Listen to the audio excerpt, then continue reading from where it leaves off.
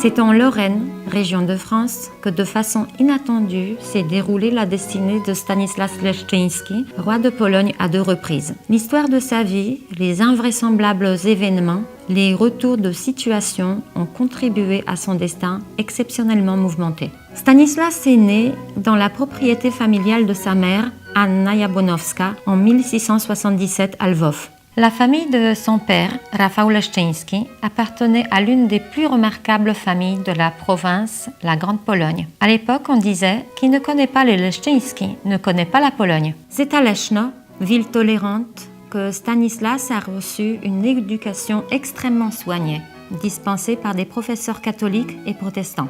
La collégiale Saint-Nicolas est le témoin jusqu'à nos jours de la splendeur de la famille. Elle est le sanctuaire le plus important de la ville. Ici se trouvent les tombeaux de Bogusław, oncle de Stanislas, et Rafał, son père. La résidence familiale de Rydzyna n'est éloignée de Leszno que de quelques kilomètres. Le château de Rydzyna, reconstruit après un incendie et les dégâts provoqués par la guerre, est considéré comme perle de l'architecture de l'arrondissement de Leszno. Stanislas y a résidé après son mariage avec Katarzyna Opalińska. Sa famille a exercé une grande influence sur sa personnalité, sur son amour pour l'architecture, la littérature et la philosophie. Il ne lui a pas été donné en Pologne de développer ses passions. Il a été élu roi de Pologne en 1704.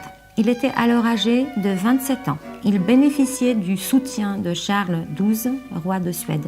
La défaite essuyée par son protecteur dans la guerre avec la Russie changea définitivement le destin de Stanislas. À partir de cette date, il est devenu roi en exil. Il a mené une vie errante à travers l'Europe avant de s'installer avec sa famille, sa mère, son épouse, ainsi que ses 2 filles, Anne et Marie, à Zweibrücken. Cette ville, aujourd'hui allemande, se trouve dans le Haut-Rhin-Palatinat. Autrefois, elle constituait une province suédoise. Son séjour à Zweibrücken ne dura que quelques années, mais il a réussi à laisser son empreinte en construisant Chiflik, résidence d'été, dans le style des pavillons chinois. Son séjour à Zweibrücken, aussi court fut-il, fut agréable à Stanislas. Ici, une tragédie personnelle le toucha, la perte de sa fille aînée, la princesse Anne. Elle fut inhumée au couvent de Grafenthal. La mort de Charles XII l'a également profondément affecté. Stanislas et sa famille, une fois encore, n'étaient pas sûrs du lendemain. Son destin paraissait sans espoir. Il n'avait ni argent, ni perspective pour le futur. Il a été obligé de quitter Zweibrücken. Il a séjourné d'abord à Bergzabern, puis à Wissembourg en Alsace. La maison dans laquelle il a séjourné n'existe plus.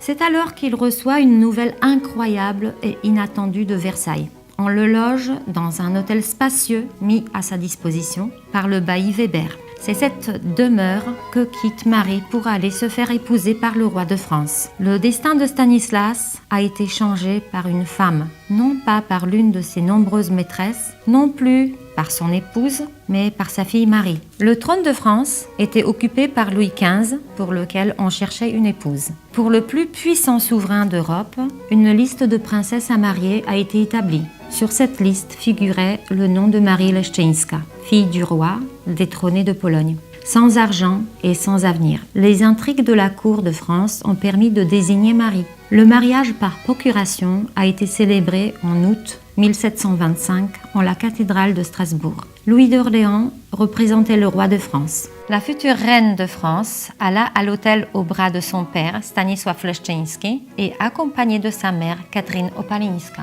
Une lettre de Stanislas à sa fille témoigne du couronnement de Marie, reine de France. Dans cette lettre, Stanislas donne des conseils à sa fille comment supporter le lourd fardeau de la couronne de France. Reste toi-même, tu es pleine de bonté. Par la vertu, tu prouveras que tu es digne d'un trône, écrivait le père à sa fille bien-aimée. La fascination, l'angoisse, est-ce ces sentiments qui animaient la fille du roi de Pologne pendant la première rencontre avec Louis XV? Cette union a inspiré les artistes. Le destin de Marie fait penser au conte de Cendrillon.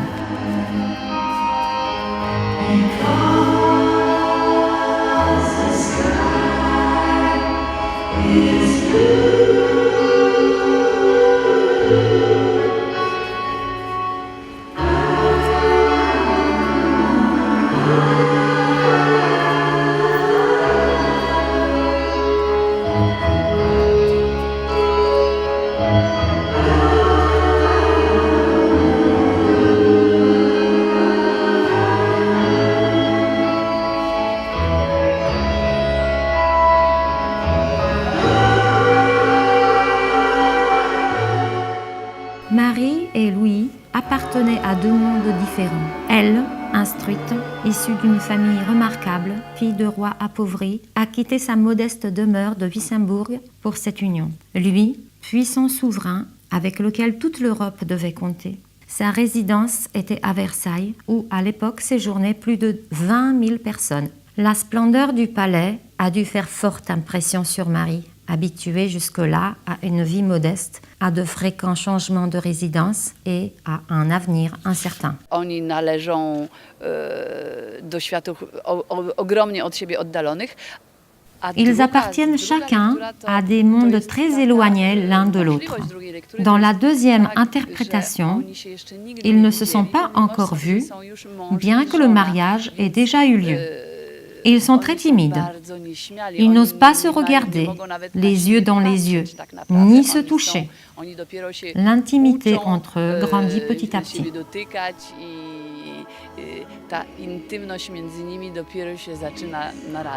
Marie était adulte, âgée de 22 ans, lorsqu'elle est devenue reine de France. Louis était son cadet de 7 ans. Son rôle, comme pour toutes les reines, était de prolonger la dynastie. D'après les témoignages recueillis, ils se sont mutuellement épris au premier regard.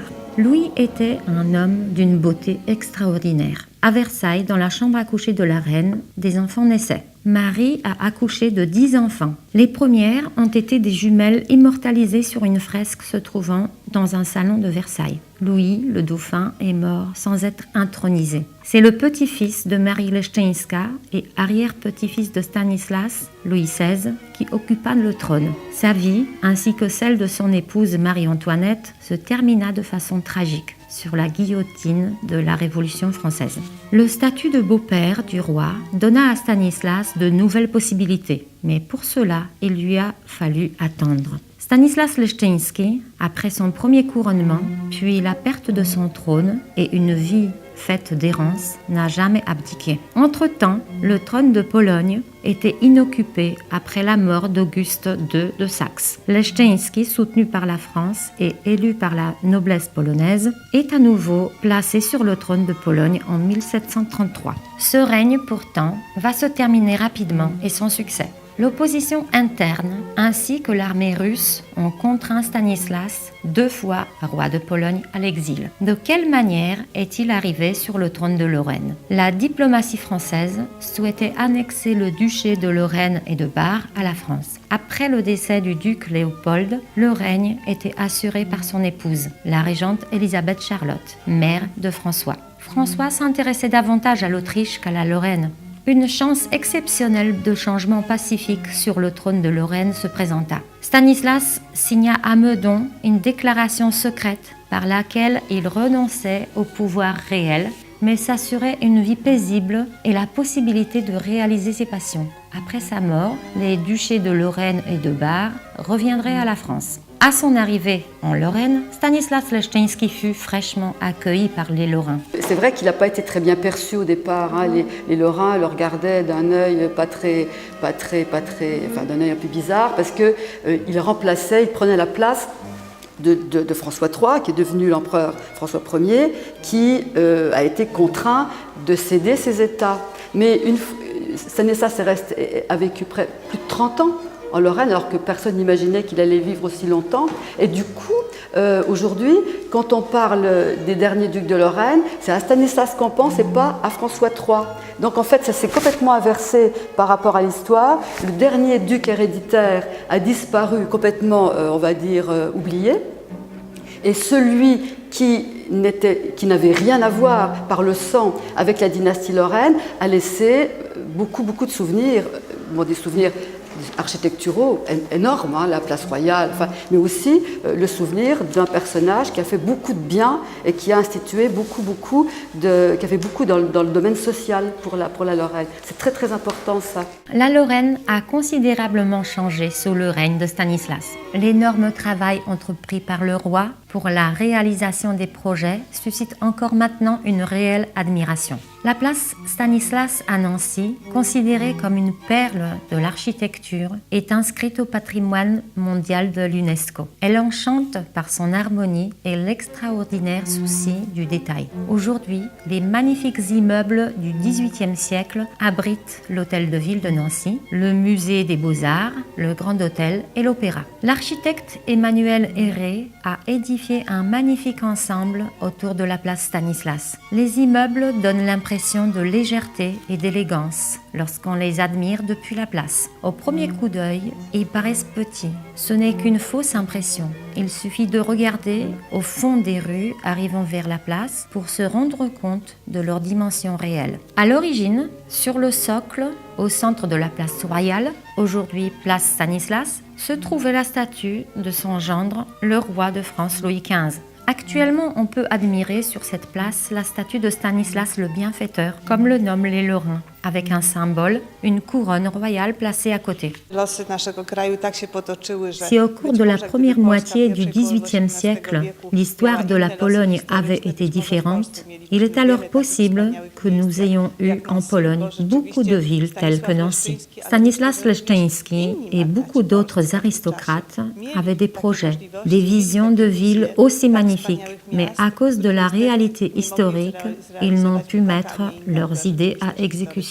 L'architecture de la place Stanislas est particulière pour deux raisons. Elle est l'expression de la continuité de l'histoire de France à travers son lien avec d'autres places et elle réunit de façon extraordinaire deux parties de la ville, la vieille ville et la ville neuve. Donc comme je viens de l'expliquer, on est dans une relation entre deux espaces urbains, et la ville vieille était donc une ville fortifiée. On a encore un bastion qui existe, qui est de ce côté-ci, qui est le parking. Je ne sais pas si vous êtes garé là-bas. Et au sous-sol du musée des Beaux-Arts, on a encore la base de l'autre bastion. Entre les deux, on avait une fortification. L'arc, c'est une porte dans la fortification. Et aujourd'hui, ça garde ce sens de liaison et de matérialisation du lieu sur lequel était la fortification qu'on a franchie quand on a mis en relation ces deux espaces, quand on a créé ce grand projet urbain. Stanislas souhaitait qu'il y ait un jardin à proximité de la place. Il n'a pas tout à fait réussi à réaliser ce projet, d'où les fresques à l'hôtel de ville de Nancy, faites avec une technique donnant l'impression de dessin en 3 dimensions. Il s'agit de la technique dite en trompe-l'œil. Cette impression est amplifiée par le jeu de miroir. Selon monsieur le maire de Nancy, André Rossino, la place Stanislas est le plus beau cadeau fait par le roi à la ville. Ce ne sont pas ses seuls mérites. Il a beaucoup travaillé sur le social, sur la culture, sur des choses qui à l'époque étaient rares.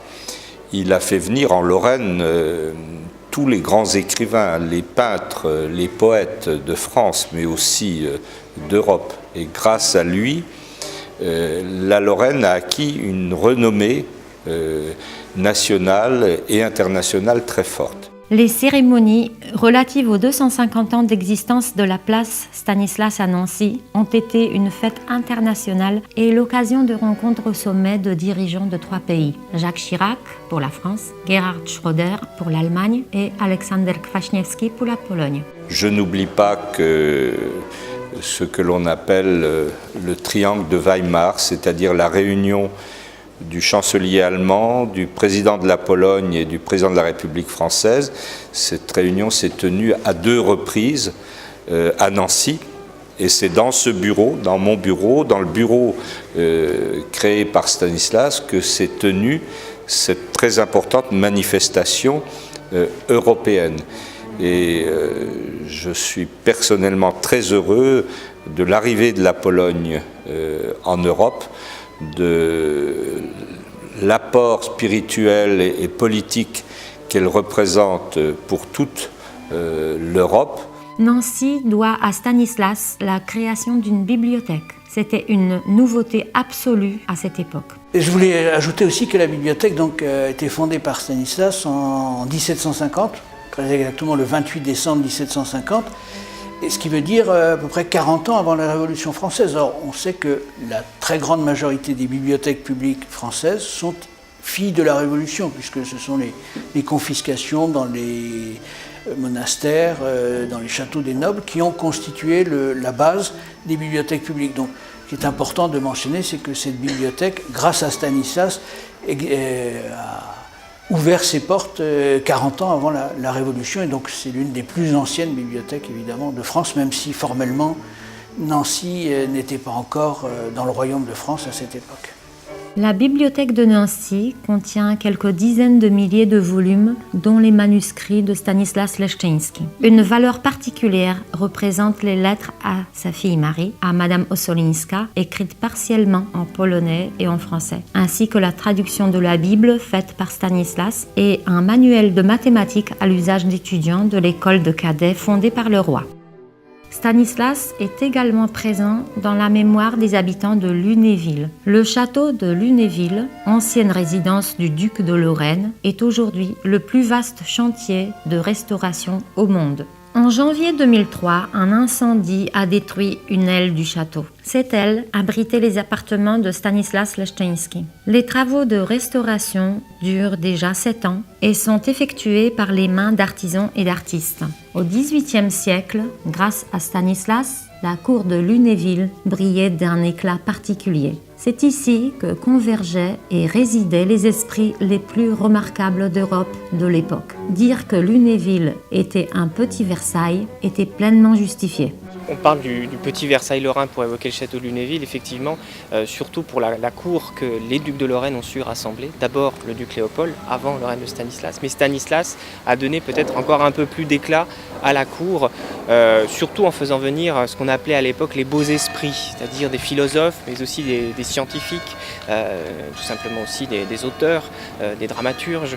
Et c'est toute cette société-là qui va faire l'éclat aussi de Lunéville et qui va contribuer à son rayonnement donc à travers l'Europe. Alors parmi les noms célèbres qui sont venus ici au château, et d'ailleurs assez longuement, c'est Voltaire qui est venu en 1748 et encore en 1749 et qui va être émerveillé par l'accueil que lui a fait Stanislas ici au château. Voltaire a vécu une tragédie personnelle à Lunéville. Son amie, Émilie du Châtelet, est décédée en couche avec son enfant. Émilie du Châtelet était l'une des femmes les plus brillantes de l'époque des Lumières. Elle traduisait Newton en français. Les dessins conservés dans les collections du château témoignent de la splendeur passée de Lunéville. Les pavillons, les cascades, le célèbre rocher avec les figures mobiles créaient une ambiance particulière. Seul le tableau d'André Joly, conservé dans les collections du musée de Nancy, témoigne de ce décor des jardins de Lunéville. Après avoir retrouvé la splendeur passée, le château sera le lieu de concerts de musique baroque et contemporaine, et aussi, comme à l'époque de Stanislas, scène de spectacles de théâtre. Les projets élaborés sont à longue échéance. Tout ceci témoigne de l'immense personnalité du roi, bien que le temps passe. Pour nous, Polonais, ce n'est pas l'unique accent polonais à Lunéville. Alors le château de Lunéville au XVIIIe siècle avait une réputation européenne. On venait de toute l'Europe voir notamment ce que Stanislas Leszczyński avait fait ici dans les jardins, avec notamment le rocher aux automates. Stanislas Leszczyński aussi accueillait énormément d'artistes, de créateurs, de peintres, de musiciens, de sculpteurs.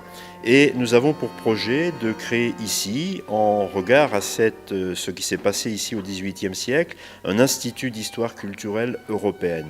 Cet institut va traiter non pas la culture des nations, mais plus des migrations qui se sont faites au XVIIIe siècle à travers l'Europe et aux confins de l'Europe. Cet institut universitaire va porter le nom de Bronisław Geremek, puisque nous allons nous inspirer de son travail sur les cultures européennes. Donc ce lieu va devenir un lieu de rencontre européen au niveau universitaire pour recevoir des chercheurs, mais également des artistes de toute l'Europe. La chapelle royale sera le premier bâtiment rendu au public après l'incendie. Sa fidèle reconstruction a pu avoir lieu grâce à la documentation conservée au château de Lunéville. Plus de 100 personnes reconstituent et veillent à l'exceptionnel décor lorrain. L'inauguration de la chapelle sera un symbole et un hommage à tous ceux qui ont contribué à la restauration de ce lieu prestigieux. La stupéfaction et l'impression que donnent les décombres des chambres royales. En janvier 2003, l'incendie du château n'a pas totalement ravagé la cheminée auprès de laquelle Stanislas aimait se reposer. C'est un détail important car c'est auprès de cette cheminée que Stanislas, âgé de presque 90 ans, s'est brûlé et est mort quelques jours plus tard des plaies que les flammes avaient provoquées. La salle à machines sera également restaurée. Cette pièce est la salle à manger de Stanislas. Il aimait toutes sortes de mécanismes. Celui de cette salle permettait le déplacement vertical de la table garnie. Parfois, pour la plus grande joie des invités du roi, Bébé le nain se cachait entre les services de table, voire dans les pâtisseries ou pâtés, confectionné en cuisine par Joseph Guillier. Ce qui est caractéristique pour Stanislas, c'est son respect pour les précédents souverains de Lorraine. Ce comportement lui a valu la sympathie des Lorrains. Les blasons du duc Léopold n'ont pas été éliminés. Les monogrammes de Stanislas Leszczyński se trouvent dans la salle de jeu. Dans les salles restaurées seront placés les services de table de l'époque de Stanislas. Il s'agit de produits en faïence provenant de manufactures des environs de Lunéville. Ces services ont un décor caractéristique. Stanislas favorisait l'essor de ces manufactures, mais il prenait ses repas probablement dans la célèbre porcelaine de Saxe. Dans les collections de Lunéville se trouve également une assiette avec le décor de Wieniawa. Ce genre de service était utilisé dans les cuisines et non sur les tables royales. Les manufactures de Lunéville produisent également des statuettes. Alors, après sa mort, l'héritier, c'était donc le roi de France, il a fait revenir naturellement sur Paris tout ce qui appartenait à la France et qui avait été prêté à Stanislas, et le reste a été vendu. Donc un certain nombre d'objets ont été vendus dès 1766 ou 1767. Il y a eu plusieurs ventes de meubles et naturellement d'objets. Le château de Lunéville achète des objets qui, après reconstitution des salles, seront exposés et auront la place qu'ils méritent, comme à l'époque de Stanislas. 2 portraits originaux du duc de Lorraine du XVIIIe siècle, dont les auteurs sont Ranc et Girardot, attendent dans les salles climatisées qu'on les expose dans les salons du roi. Les collections du château ne peuvent se passer du portrait de la reine de France, Marie Leszczyńska. Plus d'une fois, les femmes ont influencé l'histoire d'un pays. Le mariage de Marie n'a pas seulement changé le destin de sa famille, mais a eu aussi une influence sur le destin de la France, de la Pologne et de la Lorraine.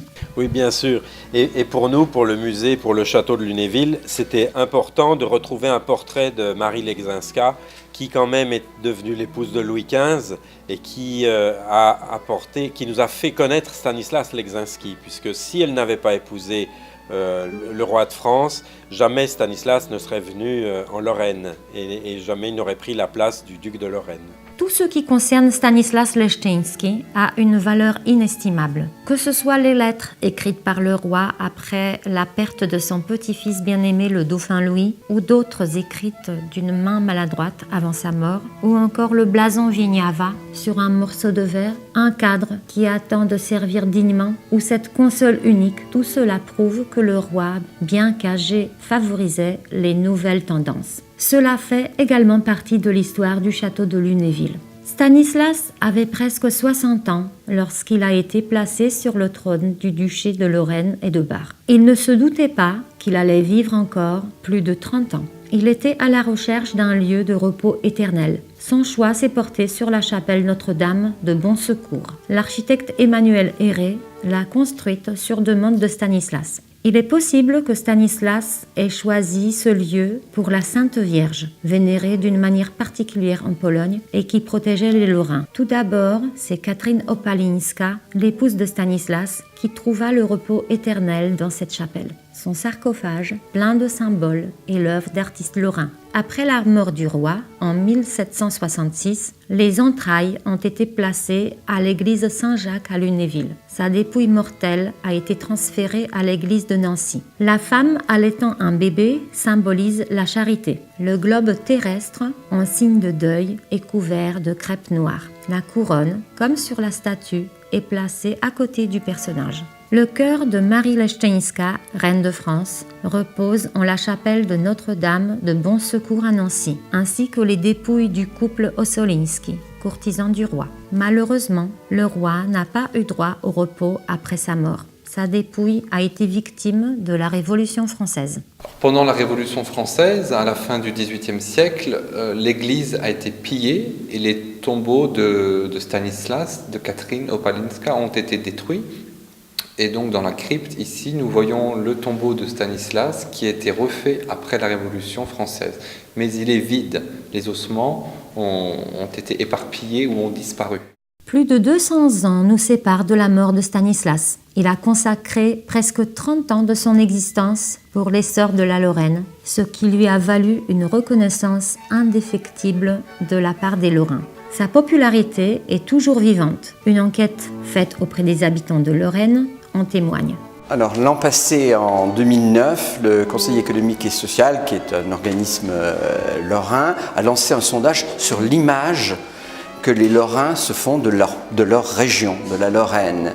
Et il leur demandait notamment quel était le personnage qui, à leurs yeux, symbolisait le plus les Lorraines et les Lorrains. Et la surprise de ce sondage, c'est que de voir que de très loin, c'est le roi Stanislas qui, pour l'ensemble des Lorrains, et pas seulement pour les Nancéens ou les Lunévillois, symbolise la Lorraine.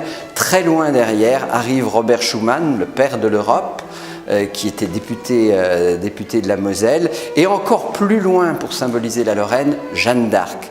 Donc le tout premier, le vrai Lorrain, c'est un Polonais, c'est le roi Stanislas. Le roi dont la vie a été mouvementée et le décès accidentel n'a pas bénéficié d'un repos éternel. Sa dépouille mortelle a été transportée à travers l'Europe, remise à l'armée polonaise au service de Napoléon, est arrivée à Saint-Pétersbourg pour enfin revenir au cours de la période entre les deux guerres dans la patrie et reposer parmi les rois de Pologne au château de Wawel à Cracovie. C'est la place la plus digne pour un mécène sensible à la beauté et pour un homme de l'époque des Lumières qui a connu la misère. Le cercueil avec les cendres du roi repose dans la même crypte que celle où se trouve son plus grand ennemi, Auguste II de Saxe. Stanislas Leszczyński bénéficie d'une renommée plus importante à l'étranger qu'en Pologne. Ici, suite à l'affaiblissement de l'État polonais, qui après le décès de Stanislas a été amené au démembrement du pays, et à la disparition de la Pologne de la carte de l'Europe pendant 123 ans, le roi philosophe n'a pas eu l'opportunité de réaliser ses projets. La France lui a offert ses possibilités, et les Lorrains, jusqu'à présent, le nomment le bienfaiteur.